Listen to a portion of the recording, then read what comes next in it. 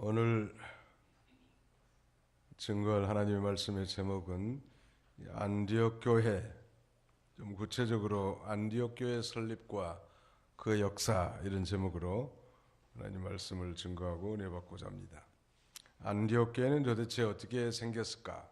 어떻게 개척되었으며 안디옥 교회에서 나타난 하나님의 역사는 무엇인가? 오늘 본문을 통해서 살펴보고자 합니다.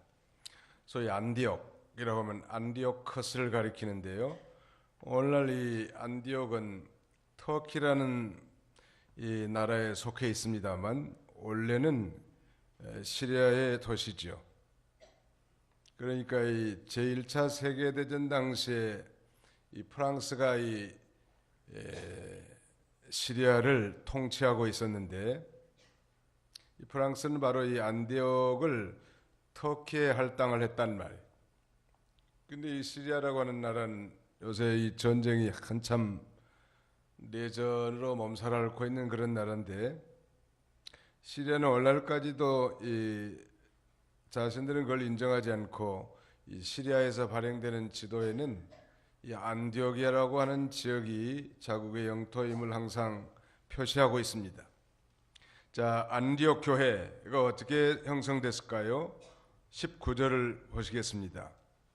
스데반에게 일어난 박해 때문에 흩어진 자들이 페니키아와 키프로스와 안디옥까지 두루 다니며 유대인들에게만 말씀을 전하였다.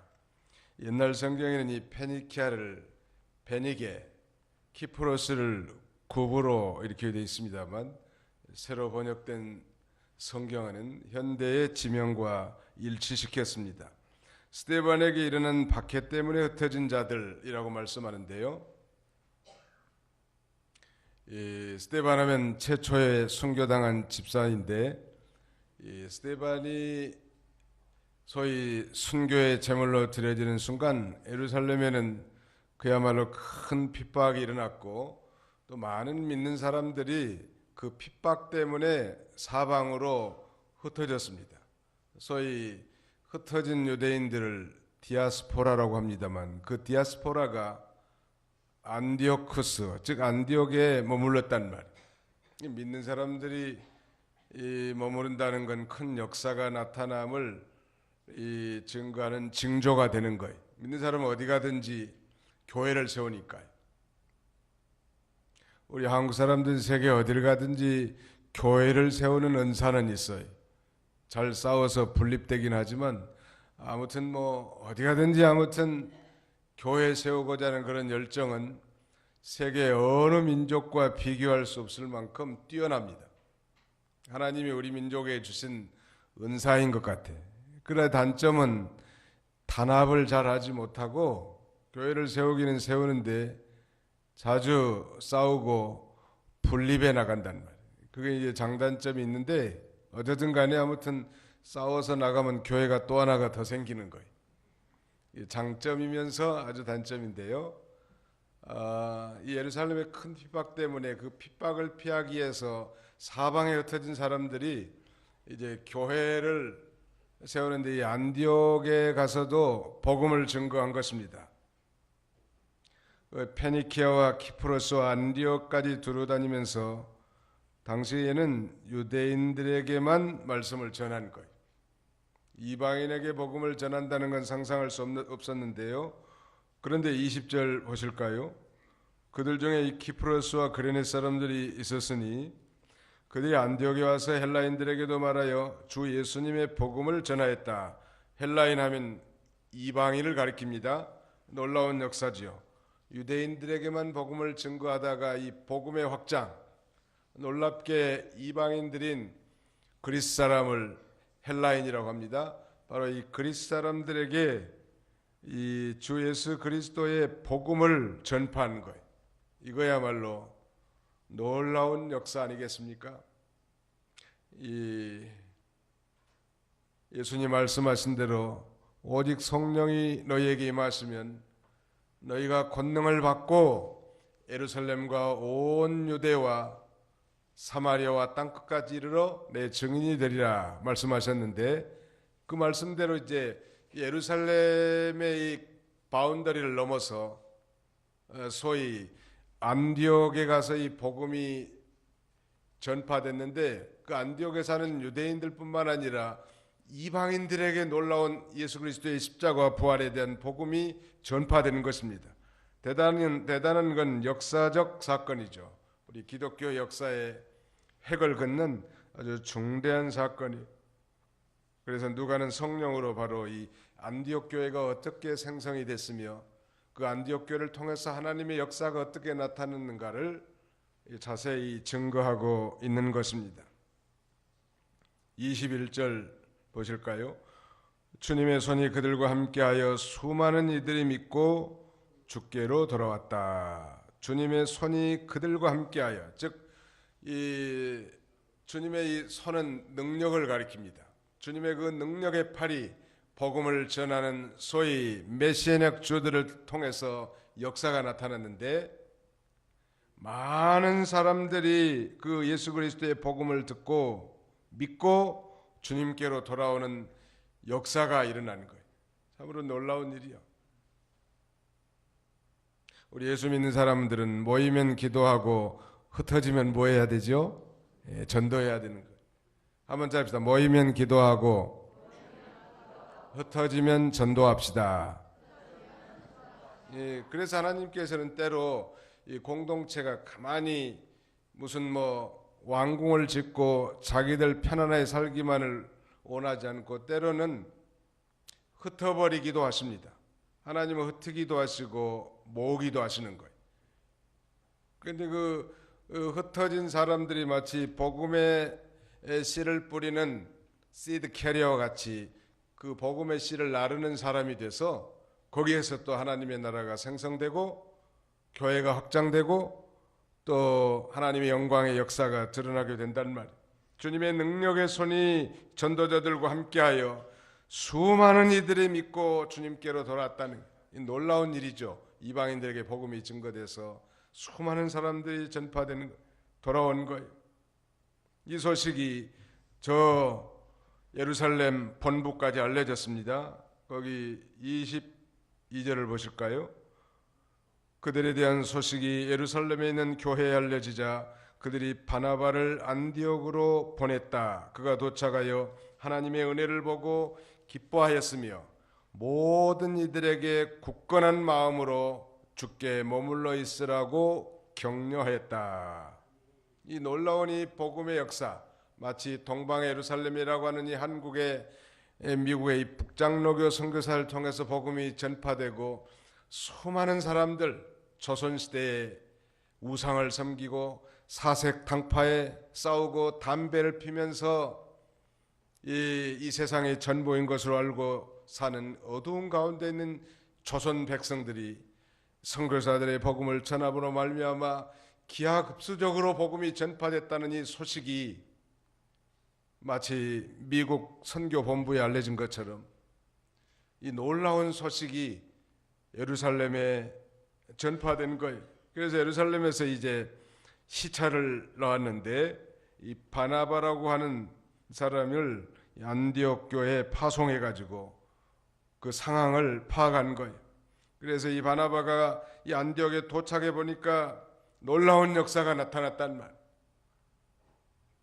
유대인들이 생각하는 개와 돼지 취급하던 그 이방인들이 예수님의 복음을 듣고 그 예수 그리스도를 자신의 구주로 영접하고 구원받은 놀라운 하나님의 은혜의 역사를 보고 이 바나바가 너무너무 기뻐한 거예요.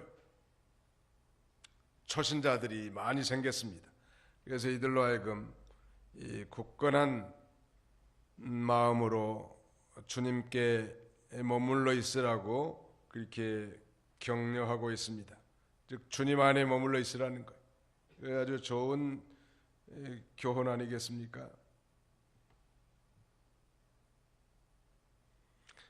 이들이 이제 연약한 교인들이지만 이 안디옥 교회가 형성이 돼서 우리가 다 배우고 아는 바지만 이 예루살렘 교회가 감당하지 못한 세계 선교를 시작하는 최초의 교회가 된 것입니다. 거기 13장 1절로 3절 한번 읽으십시오. 13장 1절로 3절. 안디옥 교회 선지자들과 교사들이 있었는데 그들은 곧 바나바와 니게르라고 불리는 시몬과 구레네 사람 누기오와 분봉한 헤롯과 함께 양육되었던 마나엔과 사울이었다.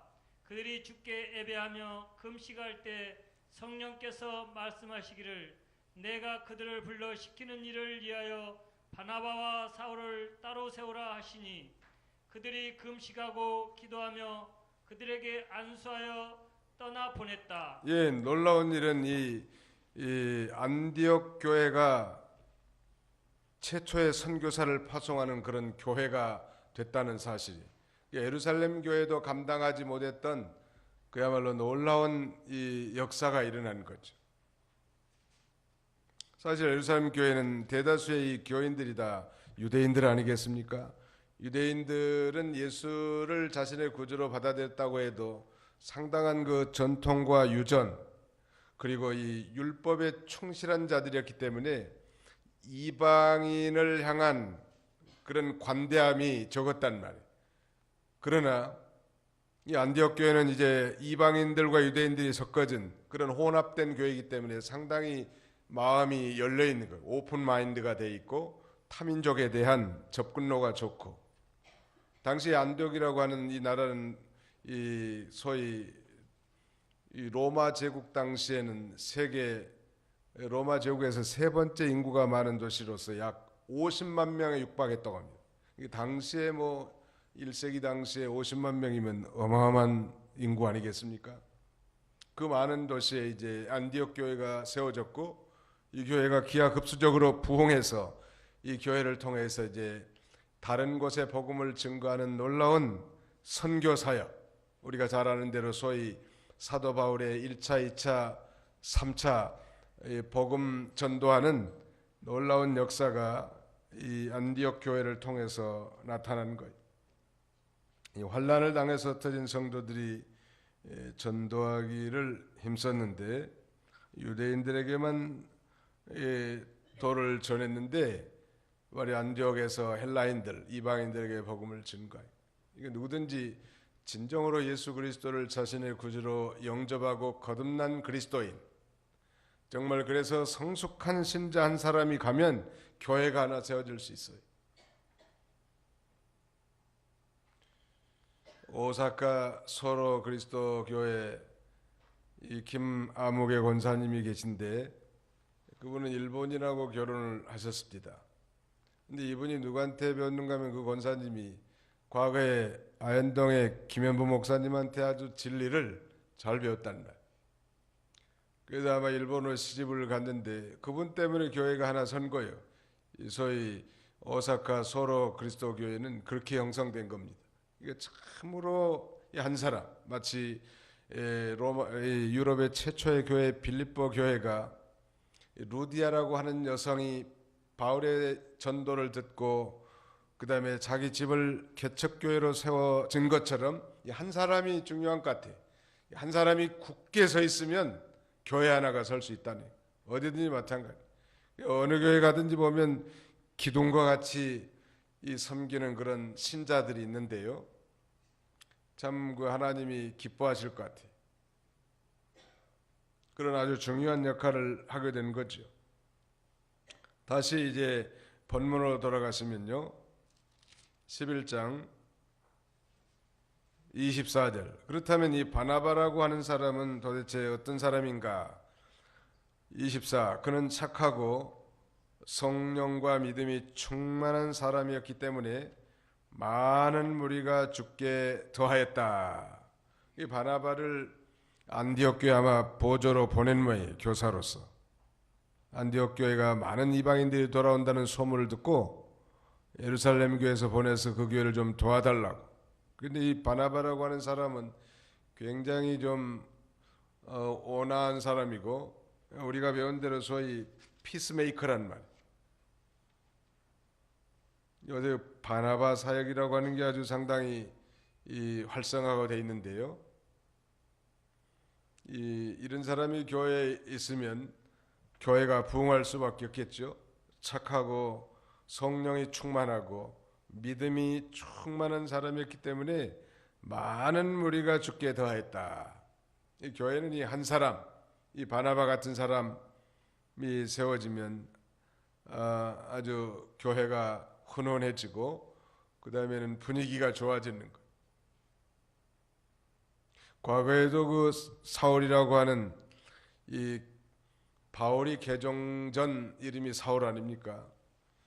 그가 기독교를 핍박하고 예수 믿는 사람들 잡아 죽인 살벌한 역할을 한 사람이, 종교 지도자들에게 그 소위 허가증을 받아가지고 시리아의 다마스쿠스, 즉 다메섹에 가서 믿는 사람들 잡아올려다가 다메섹 도상에서 그가 위대한 회심을 하지 않습니까?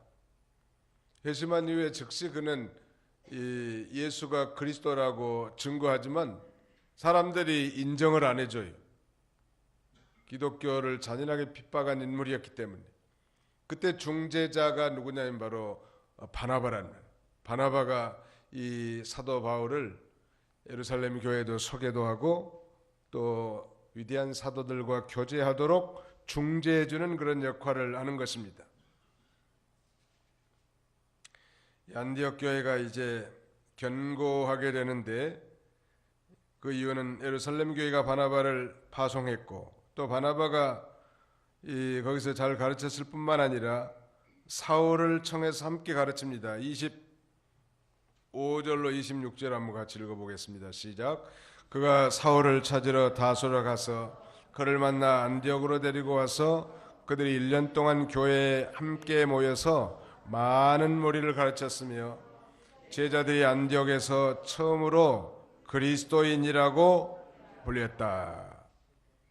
안디옥에서 이방인들이 복음을 듣고 많은 사람들이 믿고 죽게 돌아왔다는 소식을 예루살렘 교회가 듣고 바나바를 안디옥 교회에 1차적으로 파송했는데 또 거기서 바나바가 돕는 가운데 많은 사람들이 주님께 돌아왔고 이 놀라운 부흥의 역사가 있었던 것입니다. 이 바나바는 참 교회가 잘 되는 것을 기뻐하고 또 하나님의 은혜를 입은 그런 인물인 것이 분명하단 말이에요. 그리고 연약한 초신자들을 잘 격려해주고 세워주는 그런 역할을 했던 것 같습니다. 근데 바나바는 본성이 착한 사람 같아요. 성경에는 그렇게 묘사되어 있죠. 24절에 그는 착하고 성령과 믿음이 충만한 사람이다. 이런 사람이 하나님의 일을 하게 된다면 참 하나님의 일을 잘할 것 같아요. 본성이 참 착한 사람이란. 거기다가 믿음과 성령이 충만한 사람이었으니 놀라운 역사가 그를 통해서도 많이 나타난 것입니다. 뿐만 아니죠. 다소에 지금 머물고 있는, 다소는 사울의 고향인데 사울이 고향에 돌아가 있었기 때문에 바나바가 찾아가서 그 사울을 안디옥 교회로 데리고 온 거예요. 그리고 함께 그 주님의 일에 동참하게 해주는 거예요. 이 바나바 사역은 상당히 격려해주는 그런 사역, 권면해주는 사역. encouragement가 격려라고 했죠. courage라고 하는 용기에 강세 접두 동사가 들어가 있는데 용기를 북돋아주는 그런 역할을 하는 거예요. 이 교회 안에는 이 바나바와 같은 그러니 격려해주는 사람, 권면해주는 사람, 이런 사람들이 참 많이 있는 게 참 좋아요.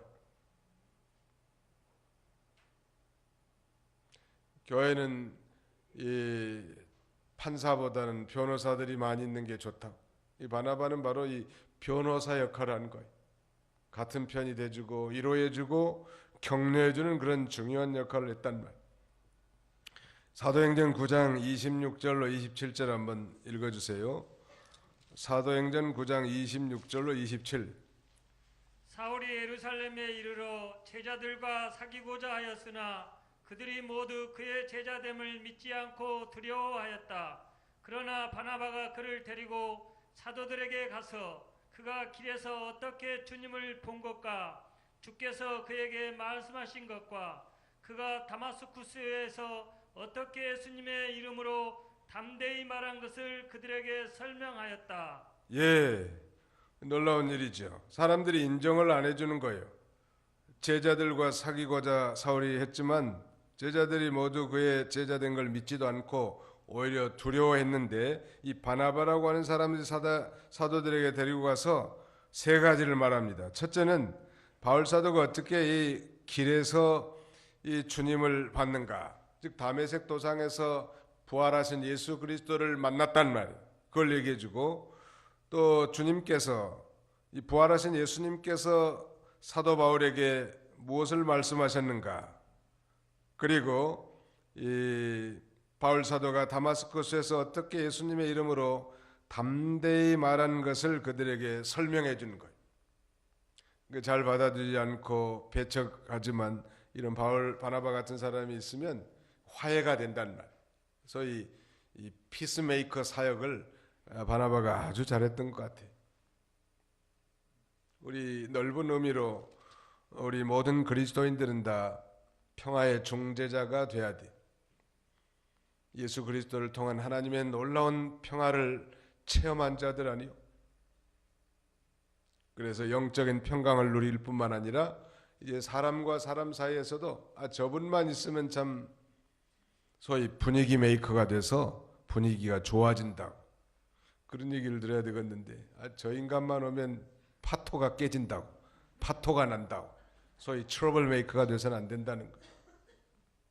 예수 믿는 사람들은 어디 가든지 소금과 같은 자들이 돼야 돼. 녹아지고 자기 형체는 보이지 않지만 맛을 내고.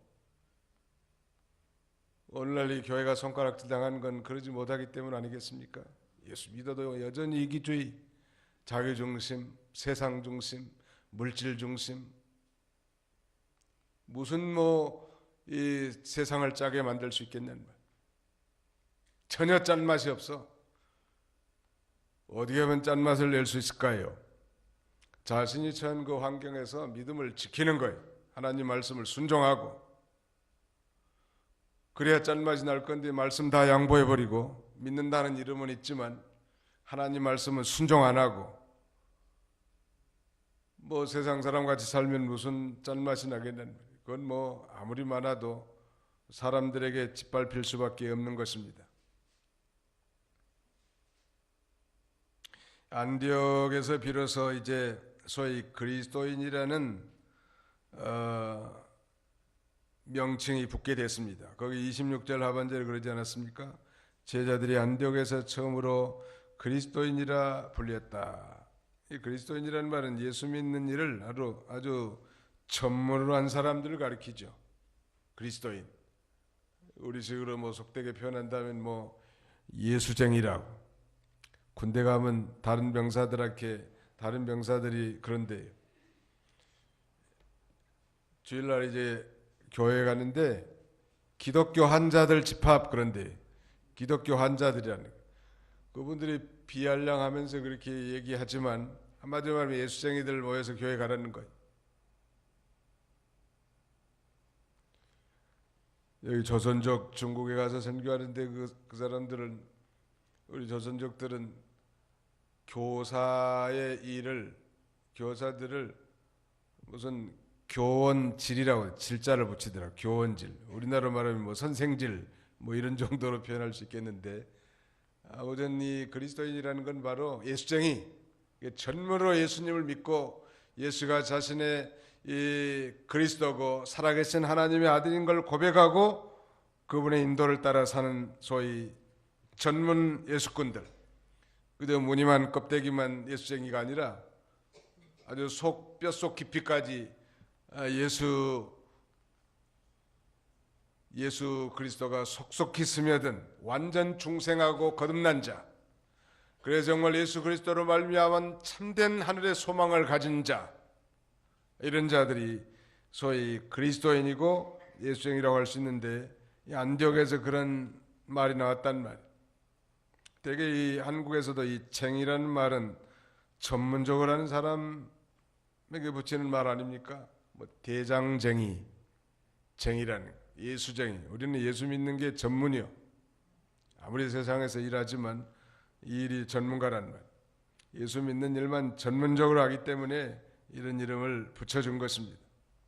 이와 같이 우리는 예수를 전문적으로 믿어야 돼.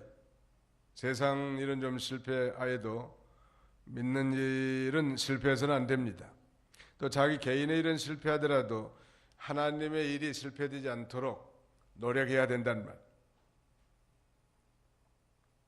안디옥 교인들이 이런 믿음을 갖게 된 것은 이 바울과 이 바나바가 성경을 잘 가르쳐준 거예요.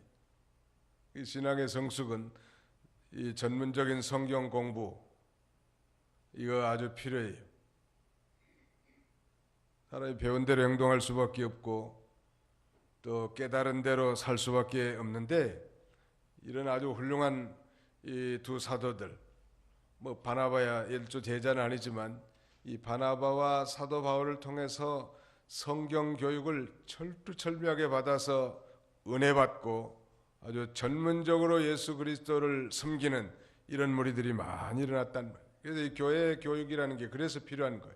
예수 믿고 구원받아 하나님 백성 된 건 시작인데 잘 교육받고 훈련받고 하는 거 아주 중요해요.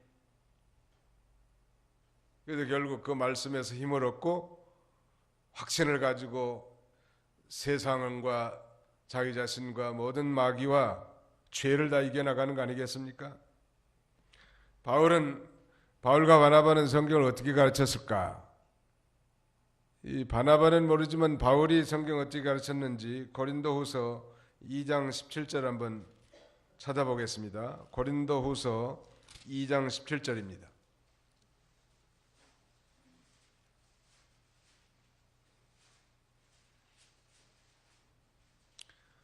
바울은 복음 진리를 어떻게 가르쳤을까? 고린도후서 2장 17절 같이 읽겠습니다. 시작.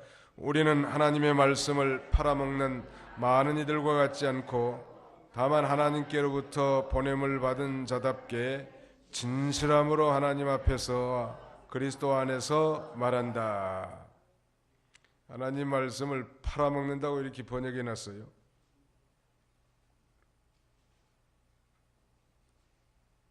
하나님께로부터 보냄받은 자답게 진실함으로 하나님 앞에서와 그리스도 안에서 말한다. 또 다른 성경에는 이 바울 사도는 성령과 능력과 큰 확신으로 복음을 증거했다고 했습니다. 그걸 받은 성도들이 큰 은혜를 받은 거예요. 이게 진짜구나, 이게 진리구나 이걸 확신했기 때문에 이런 많은 역사가 나타나게 된 거예요. 이 성도들의 신령한 귀가 열리기만 하면 성경 말씀이 자기의 힘이 되고 기쁨이 되고 또 자기를 인도하는 등불이 된단 말. 그래서 하나님 말씀을 들으려고 사모하는 것. 주의 말씀은 내 발의 등이요 내 길의 빛이니이다. 참으로 거듭난 자, 참으로 말씀과 성령으로 중생한 자라면 이제 하나님의 말씀이 예사롭게 들리지 않는다는 말. 그래서 밝히 깨달은 말씀으로 큰 힘을 얻고 용기 백배하게 사역을 감당할 수 있는 것입니다. 그 다음에 마지막 27절로 이제 30절까지의 내용은 한번 읽어주십시오. 27절로 30절. 그 무렵에 예루살렘에서 선지자들이 안디옥에 내려왔다. 그들 중에 아가보라고 하는 한 선지자가 일어나 장차 온 세상에 큰 기근이 있을 것을 성령으로 지시하셨으니 이 일이 글라우디오 때에 일어났다. 제자들이 각자 능력에 따라 유대에 있는 형제들에게 구제금을 보내기로 결정하고 이를 실행하여 바나바와 바울의 편으로 장로들에게 보냈다. 예. 그 무렵에 예루살렘에서 선지자들이 안디옥으로 내려왔는데 여기서 이 선지자들은 소위 미리 보는 자, 구약시대에 특별히 장차 일어날 일을 성령으로 예언한 자, 예언자와 선지자가 있었단 말이에요. 오늘날 신약시대는 이제 신구약 성경이 다 완성됐기 때문에 별도로 무슨 성경과 준하는 그런 예언의 말씀을 예언하는 선지자나 예언자는 없어요. 과거에 뭐 이사야나 예레미야나 에스겔이나 여러 소선지자들 같은 그런 선지자가 있지 않고 이제는 이 성경 66권이 다 완성이 됐단 말이에요. 그래서 우리는 오늘날 이 신구약 성경 66권의 충족성과 완전성을 믿습니다. 거기에 가감하는 건 성경이 증거한 바대로 옳지 않단 말이에요. 그러나 이 1세기 당시에는 성경이 완성되지 않은 시대에 이런 그 선지자들이 나타나서 장차에 일어날 일을 예언했단 말이에요. 그 중에 한 사람이 바로 오늘 본문에 등장하는 아가보라고 하는 선지자인데, 이 선지자가 예언한 내용은 장차 온 세상에 큰 기근이 있을 것을 예언한 거예요. 언제 이걸 예언했는데 언제 그러면 성취됐는가 하면 로마의 황제 클라우디우스, 즉 글라우디오라고 하는 로마의 황제 때 아가보라고 하는 선지자가 예언한 그대로 그 예언이 성취된 것입니다. 이 글라우디오라고 하는 이 황제는 로마의 제4대 황제인데요. 당시 하나님께서는 미래의 흉년과 풍년, 환란을 그 종들을 통해서 미리 알게 해주셨죠. 가령 뭐 창세기 39장 이후에 요셉의 사건을 통해서도 이집트에 있는 이 요셉이 7년 이 풍년과 7년 흉년이 들 것을 꿈을 통해서 하나님이 계시해 주지 않았습니까? 그러나 예수님의 재림이 지금 임박한 이 시대에도 세계 도처에 기근이 난무하고 또 앞으로도 이 기근과 기갈이 많이 일어날 거예요.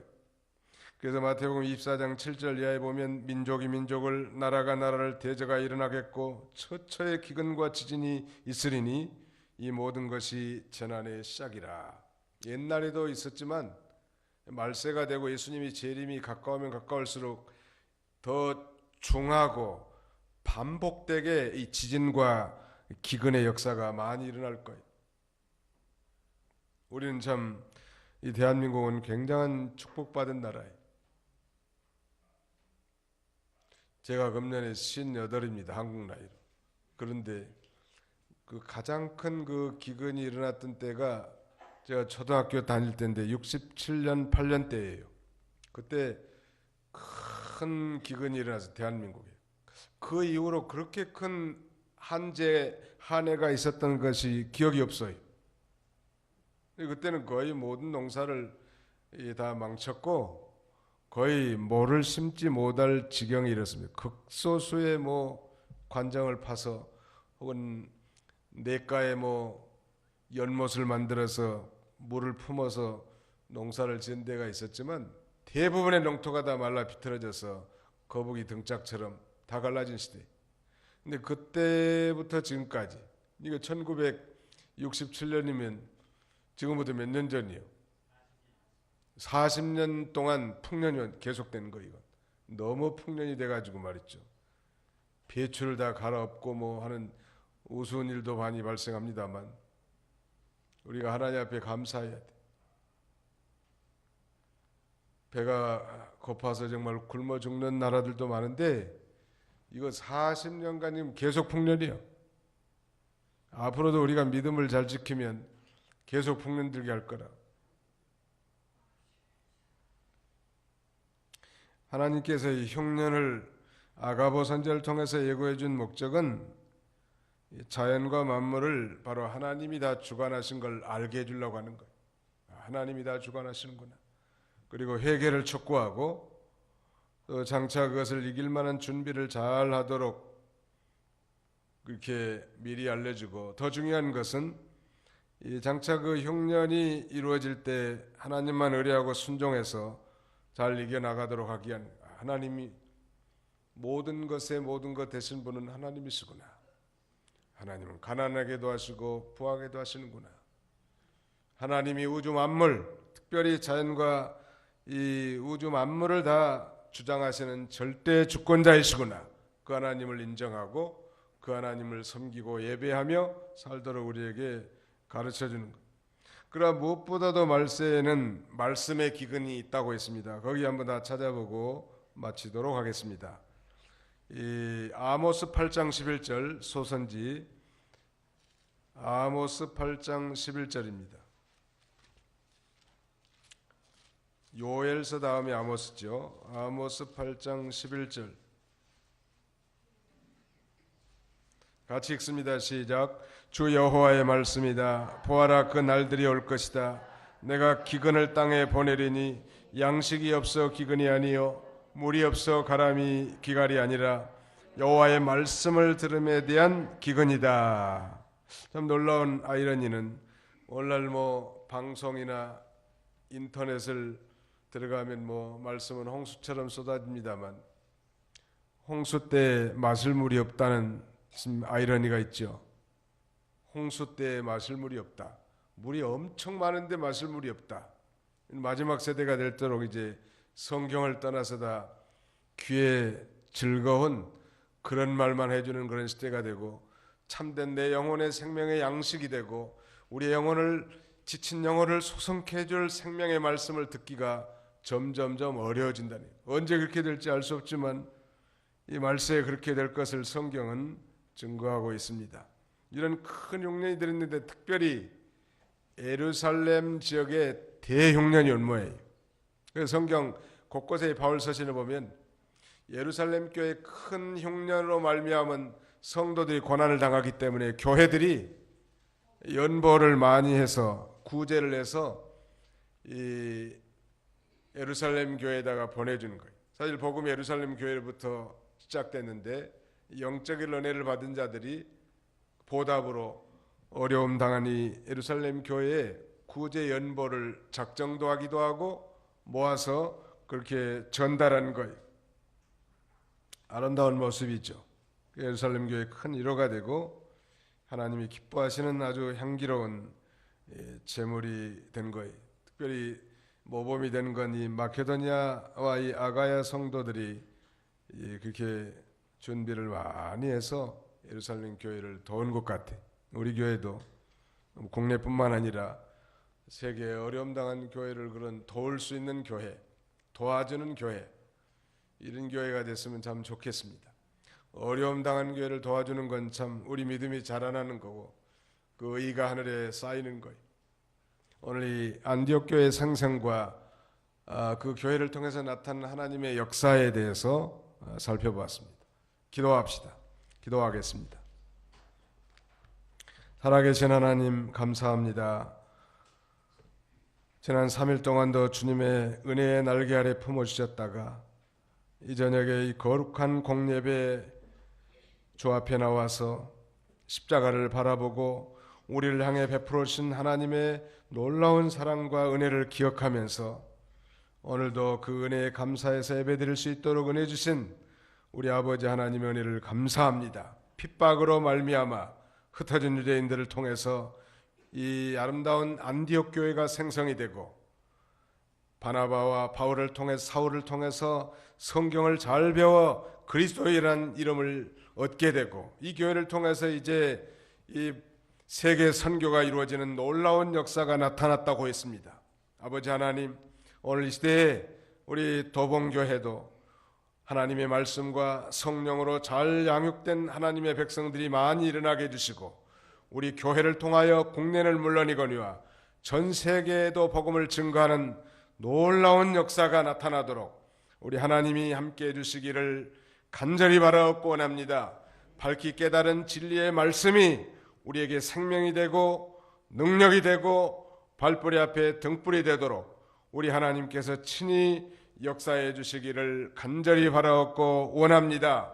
자비로우신 하나님, 이 나라의 민족을 하나님 불쌍히 여기시고 이 혼란한 전국이 속히 끝날 수 있도록 하나님이 앞서가시면서 모든 사람들의 마음을 주장해 주시고 인도해 주시기를 간절히 바라옵고 원합니다. 병든 자들, 요양 중에 있는 성도들을 위로해 주시고 소망 가운데서 모든 걸 다 이겨나가도록 우리 하나님이 도와주시옵소서.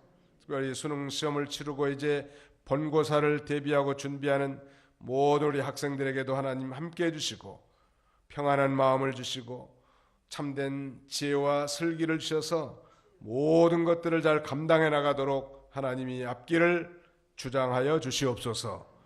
돌아가는 발걸음도 주께서 친히 함께해 주시기를 원하옵고 예수님의 이름으로 기도하옵나이다.